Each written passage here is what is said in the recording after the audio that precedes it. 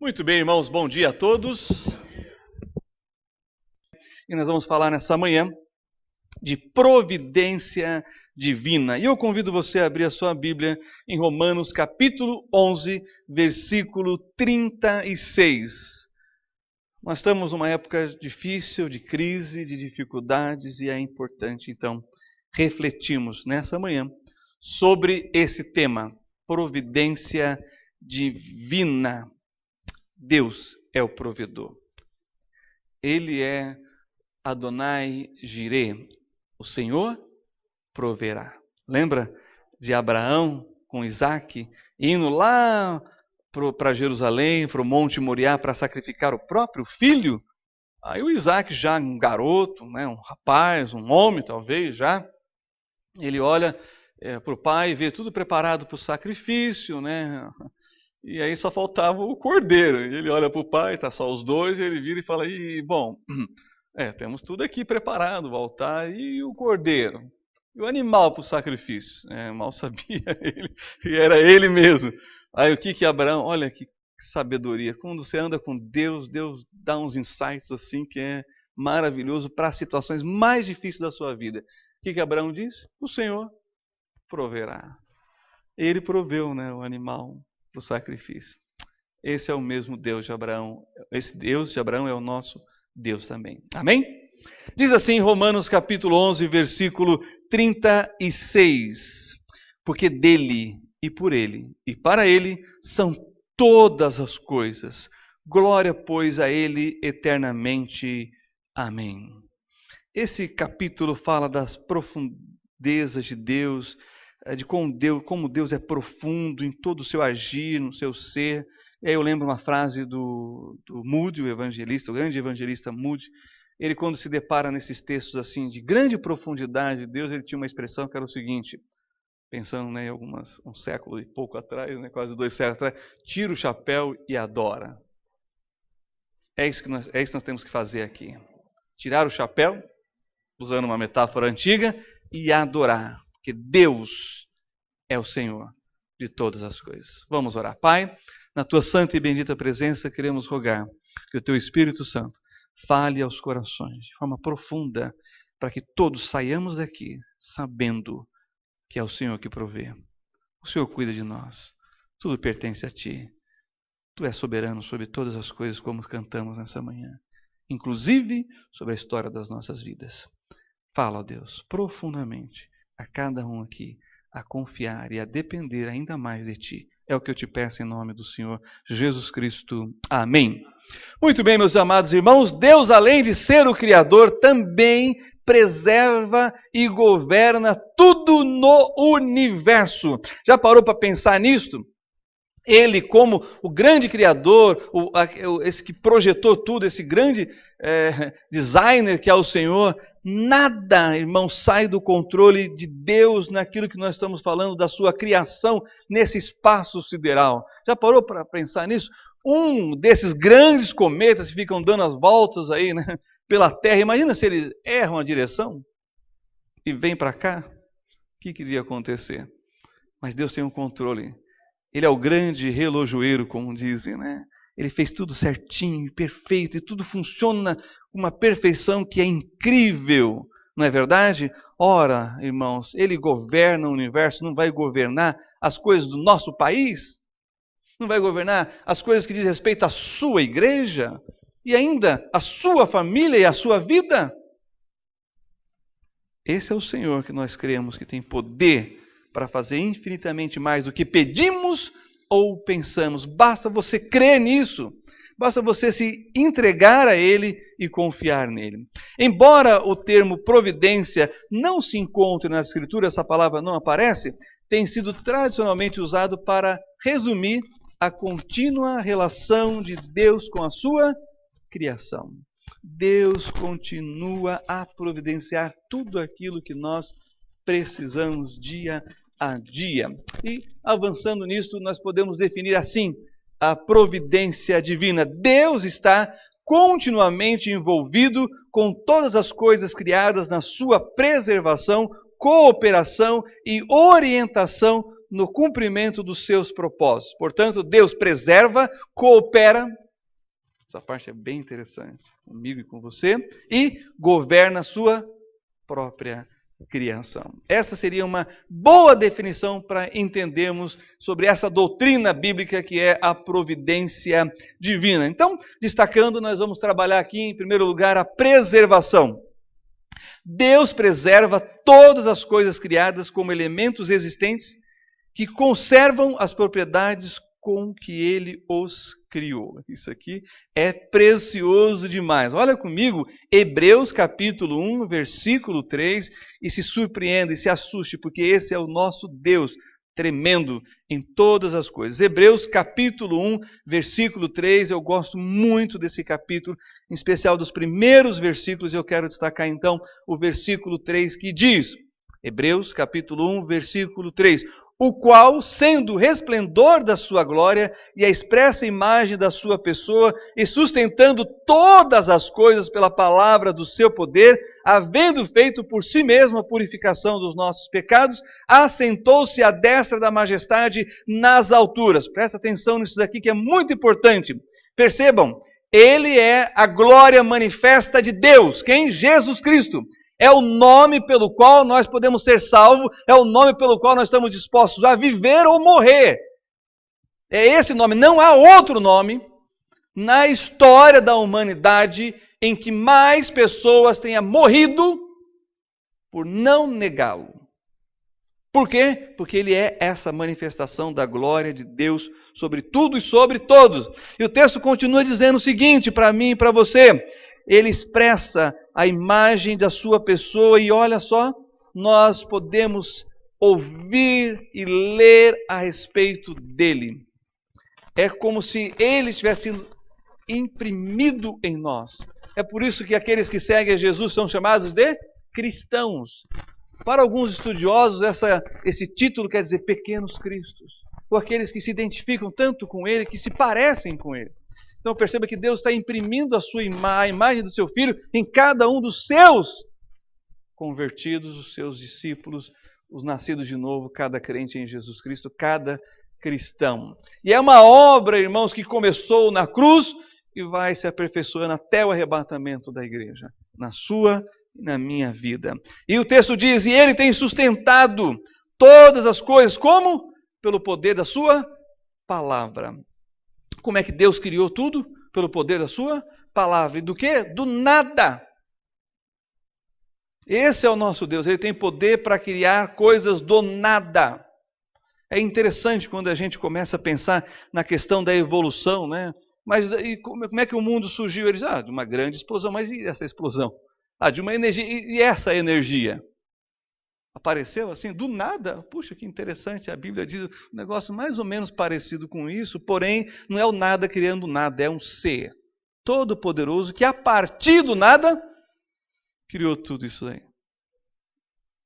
Bom, não se assuste, nós temos aí nesse mundo complexo, alguns cientistas acreditando que, olha, o mundo surgiu de uma explosão, mas é tão assim, a probabilidade é tão grande, tantas galáxias, tantos planetas, que deve ter vida inteligente aí fora.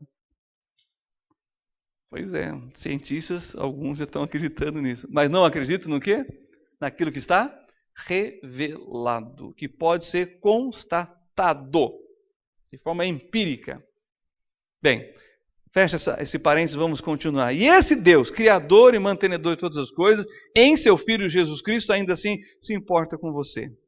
Porque cá entre nós, hein, irmãos, se nós tivéssemos apenas um Deus tão grandioso que se preocupa com todas essas coisas potentosas que existem e não se preocupasse com você, que seria, segundo alguns desses ateus também, poeira cósmica, o que adiantaria? Mas olha aqui o finalzinho do versículo, diz... havendo feito por si mesmo a purificação de quê? Dos nossos pecados. Jesus se identificando com a humanidade caída para redimi-la, sem pecado. O justo pelos injustos. Jesus por mim e por você. Tem amor maior do que esse? É como o apóstolo Paulo diz, pelo bom talvez alguém ouse morrer, mas e pelo mal? Pelo iníquo, pelo perverso, pelo pecador, miserável que somos todos nós? Só Jesus Cristo. Olha que interessante, quando a gente pensa aqui nessa expressão sustentando todas as coisas, aí tem em volta a ideia de carregar. Por isso eu gosto daquela poesia Pegadas na Areia, sabe? Aqueles momentos mais difíceis da sua vida, que só vê um par ali, não é o seu não, é o do Senhor. É Ele que está te carregando no colo, nos braços. E é como é bom carregar os filhos no colo. E olha, já ouvi uma expressão que eu nunca esqueço de repetir. A lã não pesa para o carneiro. Já ouviram essa expressão, não? Quando a gente está com nossos filhos no braço, quando a gente está carregando, quando precisa, e cá entre nós, já carreguei muito, já empurrei muito carrinho. A gente sente aquela dor física, mas aquela dor física produz uma alegria, um gozo, que é o mesmo que Deus tem quando Ele te carrega no colo. Já parou para pensar nisso? Deus se preocupando com a gente, tendo prazer em carregar a gente no colo, quando nós mais precisamos dEle. Também é utilizada para falar de levar, como por exemplo na passagem de Lucas, em que os amigos levam o paralítico, que não podia andar. Olha que coisa linda, eles estão levando, eles estão carregando, eles estão suportando, eles estão sustentando aquela pessoa. Até que ela encontra Jesus, aí depois é fácil. Aí sai andando, ele carregando a própria pessoa. Olha, também quando a gente pensa na palavra sustentar, ela encerra a ideia de controle ativo e deliberado da coisa que se carrega de um lugar para o outro. O que isso quer dizer aqui?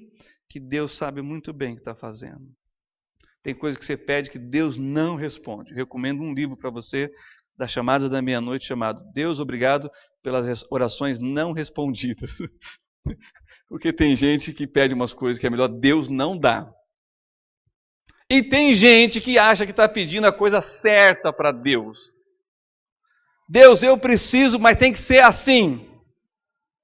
E aí vai determinando. Se você pediu, deixa, Deus sabe o que é melhor para você.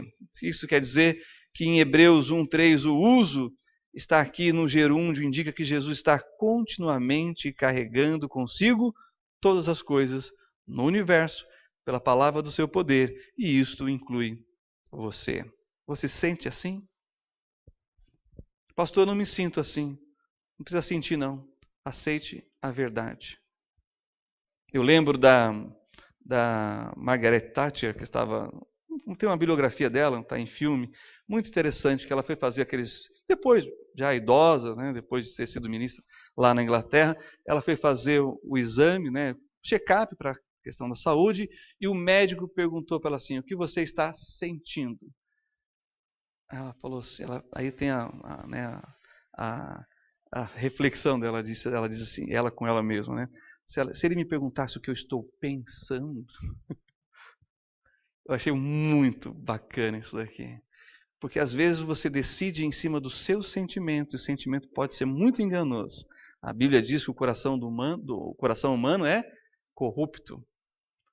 Então o que você está pensando acerca dessa verdade? Porque o que você estiver pensando acerca dessa verdade é o que você vai sentir como sentimentos que Deus quer que você tenha. E não ao contrário. E não o sentimento vai influenciar a sua interpretação do texto. Mas o que o texto diz, o que você entende para influenciar o seu sentimento. O seu coração também deve estar sendo guardado em Deus. E para isso você precisa saber. E para isso você precisa pensar. E para isso você precisa raciocinar. E para isso você precisa ter a mente de Cristo. Isso quer dizer que você precisa ler a Bíblia. Para você entender e compreender, para que isso se torne um sentimento poderoso e positivo na sua vida, você precisa compreender os desígnios de Deus. E aí, avançando, nós temos essa parte da cooperação. Deus coopera com as coisas criadas em cada ato, dirigindo as suas propriedades, características, a fim de fazê-las agir como agem. Você tem Deus como parceiro na sua vida profissional? Você ora, você fala com Ele, você ouve o que Ele tem a dizer na Bíblia, nas experiências de homens e mulheres que tem aqui registrados nas Sagradas Escrituras, como um guia, como um manual para a sua vida. Ou seja, aquelas histórias que você ouviu aqui, elas têm um propósito. Quando elas são lidas e explicadas, é para serem aplicadas na sua vida, naquele momento parecido com a história delas. Então, o que fez Jó no momento em que ele perdeu tudo? O que fez Saulo quando estava perseguindo Jesus e deu de cara com ele? O que fez Pedro quando negou a Cristo? Deus está cooperando com você para que haja um crescimento na sua vida espiritual, das coisas da qual Ele quer que você atinja como alvo na sua vida. E olha que coisa maravilhosa é isso. O Senhor coopera com você. Você tem conversado com Ele sobre a sua vida conjugal, sua vida familiar, a sua vida pessoal, a sua vida espiritual? Ora, irmãos, Deus sustenta o universo, mas Ele está preocupado com você. Tem uma frase que eu ouvi naquele filme, estou dando uns repertórios aqui, A Vida é Bela. Já assistiram esse filme? Tem que assistir. A Vida é Bela. Tem o Maître, que é o tio do Guido, ele está no restaurante do hotel, e o Guido vai trabalhar como garçom. E tem uma frase que ele diz que é maravilhosa. O tio diz assim: Deus serve o homem, mas não é servo do homem. Um pastor amigo, professor, ele diz o seguinte: melhor do que trabalhar para Deus é trabalhar com Deus em tudo na sua vida.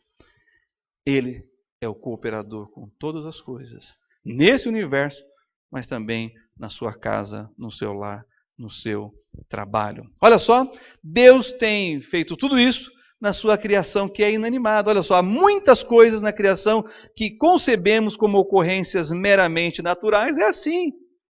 Não é assim não. Nós enxergamos com os olhos da fé, irmão. E aí está a diferença de perspectiva, não é verdade? Porque as pessoas fazem pelo dinheiro, nós fazemos pela glória de Deus. Tem muita diferença. Quando você faz pelo dinheiro e quando você faz pela glória de Deus, e o dinheiro é bom, é necessário, e ele vem. E quando você faz para Deus, você faz o melhor, e o dinheiro será resultado disso. Bom, contudo, as Escrituras afirmam que Deus as faz acontecer. Abra comigo lá no Salmo de número 135 e vamos ver isso, no versículos 6 e 7. Salmo de número 135, e olha só o que diz os versículos 6 e 7. Abra comigo lá, Salmo de número 135, versículos 6 e 7.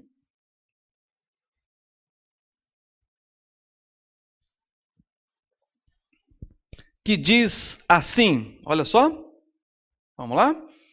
Tudo que o Senhor quis, fez, nos céus e na terra, nos mares e em todos os abismos. Faz subir os vapores das extremidades da terra, faz os relâmpagos para a chuva, tira os ventos dos seus tesouros.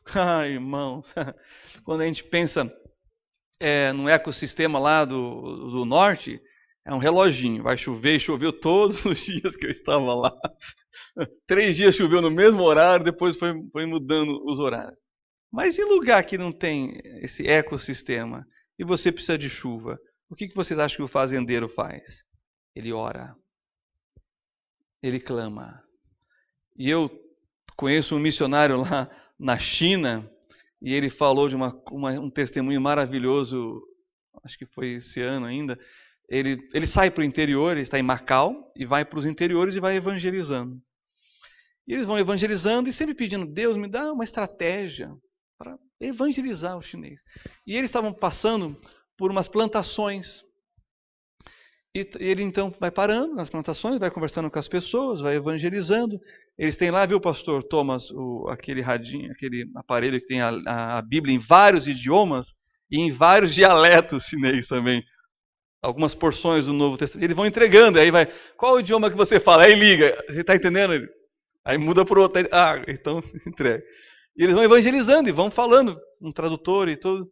Bom, ele viu uma plantação e estava seco, olhou para o céu, nada de chuva. E ele então perguntou para o chinês, depois de ter falado de Jesus, posso te ajudar em alguma coisa? Ele, sim, o quê? Pede para o seu Deus mandar a chuva. E agora? Sem nuvem no céu, e agora? Como é que fica? Ele, meu Deus do céu. E pior, ele olhou e viu umas caixinhas, umas casinhas com uns ídolos dentro. Diz que o chinês é ateu, né? Vai para o interior da China que você vai ver a quantidade de deuses que eles têm. E aí tinha umas caixinhas com os deuses. Ele falou, meu Deus do céu, se eu oro e Deus manda chuva, ele vai achar que foi o ídolo. Se eu não oro, que fé é a minha? Ele ficou nesse impasse, esse missionário. Ele falou assim, vou orar. E seja o que Deus quiser. Ele orou. E continuou, foi embora. Uma semana, 10 dias para dentro do interior da China, aí ele está voltando. E quando ele chega lá, não é que choveu? E aí ele foi falar com o chinês veio feliz, alegre, falando do Deus dele. A coisa mais impressionante é que ele não viu a casinha com um ídolo. Esse é o nosso Deus, irmão. Você crê nisso? A gente pensa que a gente está fazendo muita coisa, na maioria delas é Deus agindo. Creia nisso. Bom, Deus também cuida dos animais, não é isso que as Escrituras dizem? Né? Que Deus alimenta os animais. Olha só, vamos lá para Jesus, né? No Evangelho de Mateus, Mateus capítulo 6, versículo 26. Olha só o que nós encontramos aqui, que belo essa passagem do Senhor Jesus falando, né? Para mim, para você, para os seus discípulos. Mateus capítulo 6, nós vamos ler o versículo 26. Diz assim, Mateus 6, 26, olhai para as aves do céu, que nem semeiam nem cegam, nem ajuntam em celeiros, e vosso Pai Celestial as alimenta. Não tendes vós muito mais valor do que elas? Vira a página, Mateus capítulo 10, versículo 29 agora. Mateus 10, 29, leia comigo esse aqui que também é maravilhoso. Olha só o que diz. Não se vendem 2 passarinhos por um ceitil, e nenhum deles cairá em terra, sem a vontade de vosso Pai. Que se cumpra em você a vontade de Deus, porque a vontade de Deus é boa, perfeita e agradável. Mas esse Deus que cuida do universo, cuida dos animais, também está preocupado com as questões nacionais. Deus se preocupa com o Brasil. Aliás, Deus abençoa a nossa terra, irmãos, com tanta riqueza, com tanta fartura, que é um negócio impressionante. Nós temos tudo para dar certo. Que Deus nos dê agora homens e mulheres segundo o seu coração, tementes, íntegros, um pouco mais honestos. É o que nós precisamos. Abra comigo então lá em Jó, capítulo 12, versículo 23 e 24. Vamos lá, Jó capítulo 23, volta lá para perto dos Salmos, nós vamos chegar em Jó capítulo 12 e vamos ler os versículos 23 e 24. Deus está preocupado com a questão nacional, sim, e Deus tem poder, porque quando nós, como nação, nos unimos em oração e buscamos a Ele, é Ele que coloca reis, é Ele que tira reis. A oração, irmãos, tem mais poder do que bomba atômica. A Rússia, com tanta ogiva nuclear, está sendo um dos países mais evangelizados na Europa Oriental. Com todo o seu poderio bélico, com 70 anos de história de ateísmo, não resistiu à oração da igreja. Conheci um pastor que faz 5 cultos em 5 igrejas diferentes no domingo na Ucrânia. Viu, pastor Tom? A obra de Deus está crescendo nesse país e nós sabemos a história dessa nação. Mas olha só o que diz Jó, capítulo 12, nos versículos 23 e 24. Multiplica as nações e as faz perecer. dispersa as nações e de novo as reduz. Tira o entendimento aos chefes dos povos da terra e os faz vaguear pelos desertos, sem caminho, ora. Como diz o profeta Isaías, ele tem as nações nas mãos. Ele é Senhor e soberano sobre todas as coisas. Lá no Salmo nós vamos encontrar várias passagens dizendo assim: porque o reino é do Senhor e ele domina entre as nações. Quando me perguntam assim, só a nação de Israel pertence ao Senhor? Eu digo, não, todas pertencem ao Senhor. A questão é a relação daqueles que pertencem com Deus. O Brasil é do Senhor? Depende. Quem quer ser do Senhor aqui? Mas todas as nações estão debaixo do seu poder, horas. Ou você acha que eles podem praticar a maldade sem que Deus tenha permitido? Mas por causa do pecado e como juízo ao homem. E olha, irmãos, quando a gente pensa na nossa nação, nós temos que olhar para o apóstolo Paulo, preocupado lá com todo aquele aspecto religioso da Grécia, quando ele está lá em Atenas, e ele sobe para o Areópago, ele olha tudo aquilo, aquela devoção a tantos deuses, a tantas divindades, e ele encontra o altar ao Deus desconhecido. Ele fala, é esse que eu quero que vocês conheçam. E aí, irmãos, ele vai dizer, o Deus que fez o mundo e tudo que nele há, sendo o Senhor do céu e da terra. Deus preocupado com os pagãos idólatras. Por quê? Porque eles são como a gente, criados à imagem e semelhança dele. Devemos amar a todas as pessoas, porque Deus ama a todos.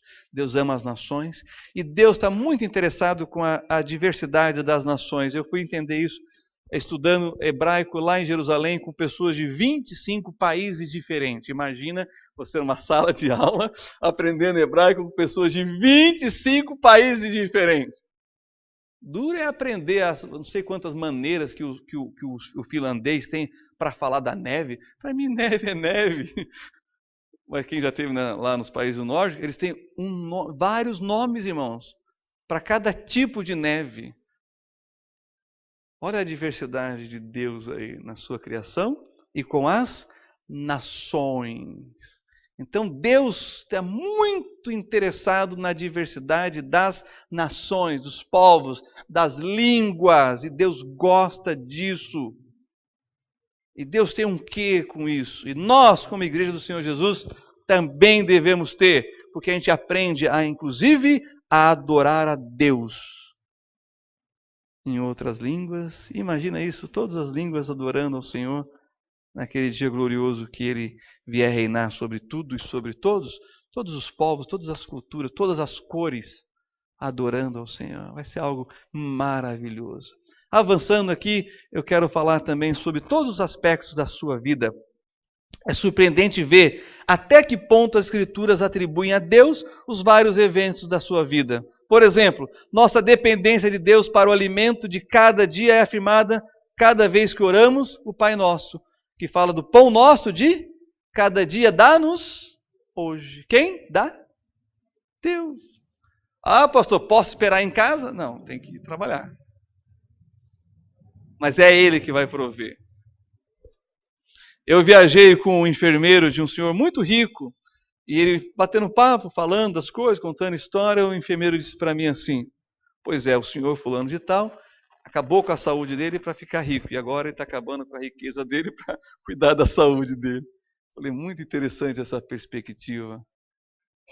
Muito interessante essa perspectiva.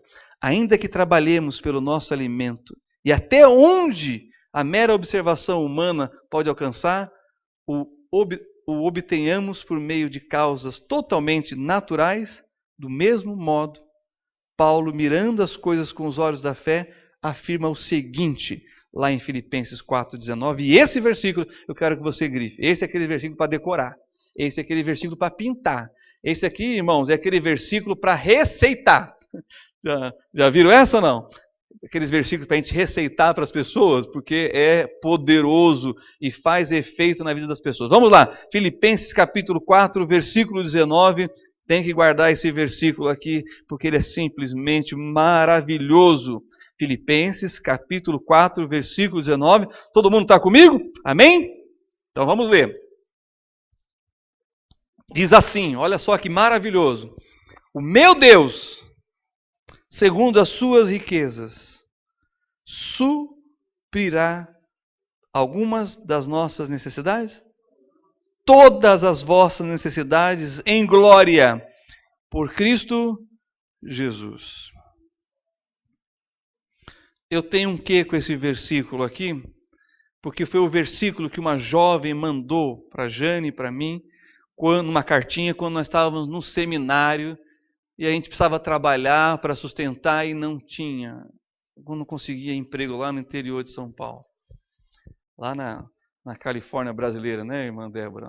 Sua região lá, mas não estava arrumando emprego naquela época. Meu Deus do céu, e agora? Está acabando tudo, não tem mais o que comer. Já está fritando o ovo na margarina, porque o óleo já acabou. Aí pensa em voltar, liga para os pais, pede dinheiro.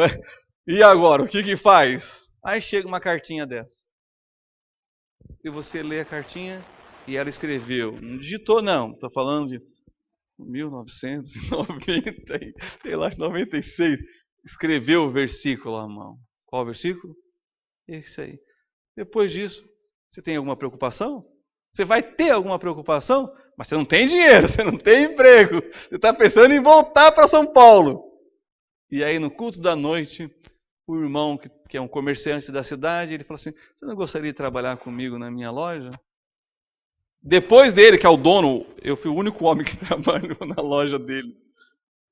O meu Deus, segundo as suas, suprirá todas as vossas necessidades. Não importa quem ele vai usar. Se é o irmão empresário, se é o irmão simples, se é o gerente mau, ou seja quem for, é ele que vai usar para suprir as nossas necessidades em glória. Mesmo que se use meios comuns, Deus é que toca, Deus é que age. E aí, vamos voltar aqui para a questão do governo, que é muito importante. O governo de Deus sugere que ele tem um propósito em tudo o que faz no mundo. E providencialmente governa ou dirige todas as coisas, a fim de que se cumpram esses propósitos divinos. Talvez nós não veremos nessa geração. Deus não trabalha assim. Deus trabalha numa outra dimensão do tempo. Existe o Cronos, no grego, que é esse tempo cronológico que nós temos, mas existe o Kairos, que é o tempo de Deus, é o tempo fora do tempo. É a intervenção divina na história. Ele tem o seu tempo. E ele não está muito preocupado se você vai plantar e você vai colher, porque é aquela história daquele senhor que estava plantando tâmaras, né? E aí vem a pessoa e diz, mas você não vai comer isso aí, porque vai demorar não sei quanto tempo. E aí ele vira, mas os meus filhos, os meus netos vão. Eu não estou comendo a que outros plantaram? Deus trabalha mais ou menos assim. Talvez você não vai ver, mas saiba, Ele tem um propósito em tudo. Pastor, Deus tem um propósito no sofrimento? Tem. Deus tem um propósito na maldade? Só para revelar o pecador que nós somos. Porque Deus não pratica o mal, não pode ser tentado pelo mal, e com o mal não tenta ninguém. Porém, nós somos pecadores e colhemos a consequência disso. A interação de Deus nesse mundo é tão sensível que nós precisamos ter uma visão muito espiritual para entender. E só percebe quem está realmente andando com Deus, como Abraão, personagem que eu citei no início da mensagem. Mas nós lemos o seguinte, no Salmo de número 3, versículo 19. O seu reino domina sobre tudo. E vamos lá para Daniel agora, capítulo 4, 35. São muitos textos, mas é importante para cobrirmos tudo aquilo que estamos falando, daquilo que Deus tem como a sua providência para mim e para você. Daniel, capítulo 4, versículo 35, que aí nós sabemos.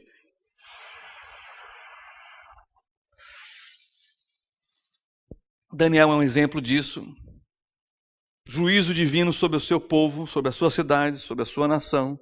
Ele começa a questionar Deus, Deus começa a mostrar para ele, Deus começa a explicar para ele isso, e Deus só fez isso com ele porque ele aplicou a sua inteligência, sua capacidade, o seu tempo para entender.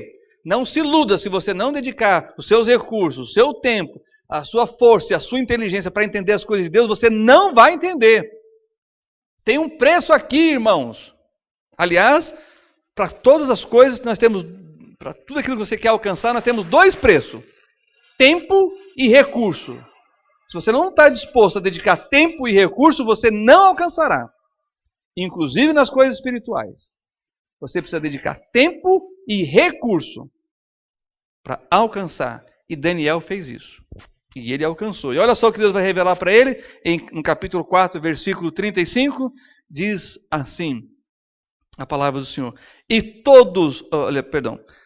calma aí. 4, 35... Isso. Deixa eu só ver aqui isso. E todos os moradores da terra são reputados em nada. E segundo a sua vontade, ele opera aqui, isso que eu queria. E, segundo a sua vontade, ele opera com o exército do céu e os moradores da terra. Não há quem possa estorvar a sua mão e lhe diga: que fazes?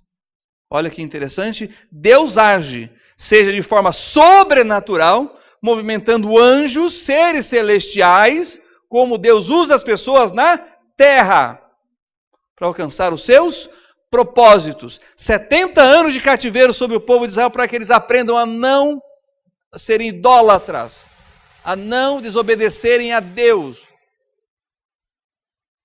Deus aplicou isso. A vontade de Deus foi aplicada. Eles aprenderam. Raramente você vai encontrar um judeu idólatra até hoje. Só que eles estão cambaleando para outras áreas. Isso tem mesmo. Mas idólatra, raríssimo. Juízo divino para arrependimento, transformação de vida. E Deus está dizendo: eu uso para cumprir meus propósitos os astros nos céus, as estrelas, seja o que for, os anjos, mas usa as pessoas na terra. Ele vai chamar Nabucodonosor de meu servo e de navalha alugada para passar sobre o povo de Israel, para que houvesse arrependimento e aprendizagem. E para finalizar, Romanos capítulo 8, versículo 28, esse também é mais um daqueles versículos que você tem que pintar na sua Bíblia, que você tem que receitar, que você tem que enviar, que você tem que decorar. Olha só o que nós encontramos em Romanos 8, 28. Já citei aqui, mas eu quero ler com vocês e finalizar. Todo mundo comigo? Romanos 8, 28. Olha só o que diz. E sabemos que algumas coisas, irmãos, absoluto só há em Deus. Suprirei todas as vossas necessidades. Quem está falando isso é o pastor Alexandre? É alguém aqui? É Deus. Absoluto só em Deus. Estão tentando tirar isso também. Ou seja, querem que o homem viva o quê? No vácuo?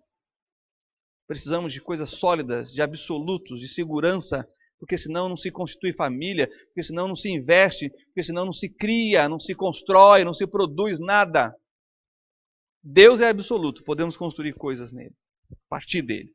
Versículo 28 diz: sabemos que todas as coisas contribuem juntamente para o bem daqueles, tem um condicional aqui, que amam a Deus, daqueles que são chamados segundo o seu propósito. Se Deus tem um propósito na sua história, nesse momento que você está vivendo, continue.